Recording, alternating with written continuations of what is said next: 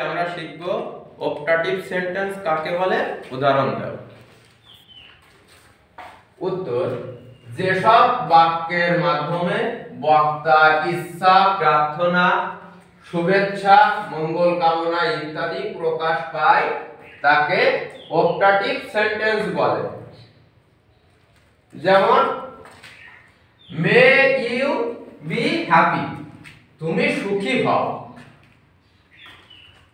May Allah bless you, আল্লাহ তোমার আশীর্বাদ করুন। Wish you success in life, জীবনে সফলতা আসুক। সেন্টেন্সে এক্সক্লেমেটরি সেন্টেন্স কাকে বলে, উদাহরণ দাও।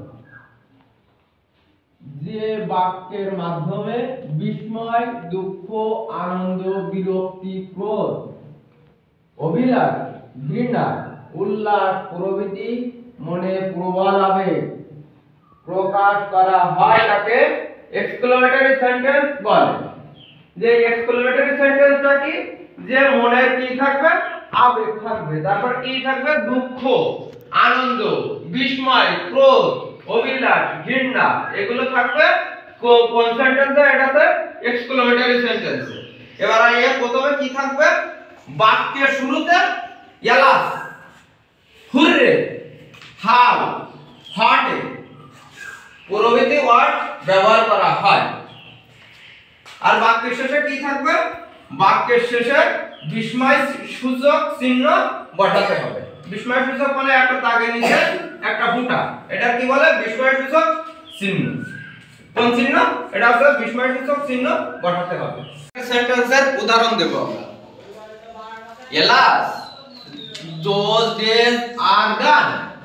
এলাস, হাই, সেই সব দিন আর নেই। তাহলে এটা কি প্রকাশ করতেছে, এটা হচ্ছে দুঃখ প্রকাশ করতেছে। Alas, those days are gone. Alas অর্থ কি, হাই, সেই সব দিন আর নেই। তাহলে এই যে হাই, এটা কি প্রকাশ করতেছে, দুঃখ প্রকাশ করতেছে। হাই যে কি প্রকাশ করতেছে, দুঃখ প্রকাশ। এই দুঃখ প্রকাশটা আছে কি, আমাদের আছে শিখিয়ে আসলে এক্সক্লেমেটরি সেন্টেন্সে দুঃখ প্রকাশ থাকবে। তাহলে কোন সেন্টেন্স এটা আছে, এক্সক্লেমেটরি সেন্টেন্স। পরেরটা আছে বলতেছে hurray, we have won the game. Hurray, আমরা খেলায় জিতেছি। এ হুররে তাহলে কি প্রকাশ করতেছে, হুররে আছে আনন্দ প্রকাশ করতেছে। হুররে দিয়ে আনন্দ প্রকাশ করতেছে, হুররে আমরা খেলায় জিতেছি। তারপর বলতেছে what a beautiful city it is, কি সুন্দর শহর এটা, কি সুন্দর শহর এটা। এটা কি প্রকাশ করতেছে, এটা তো বিস্ময় প্রকাশ করতেছে। কি বিস্ময় প্রকাশ।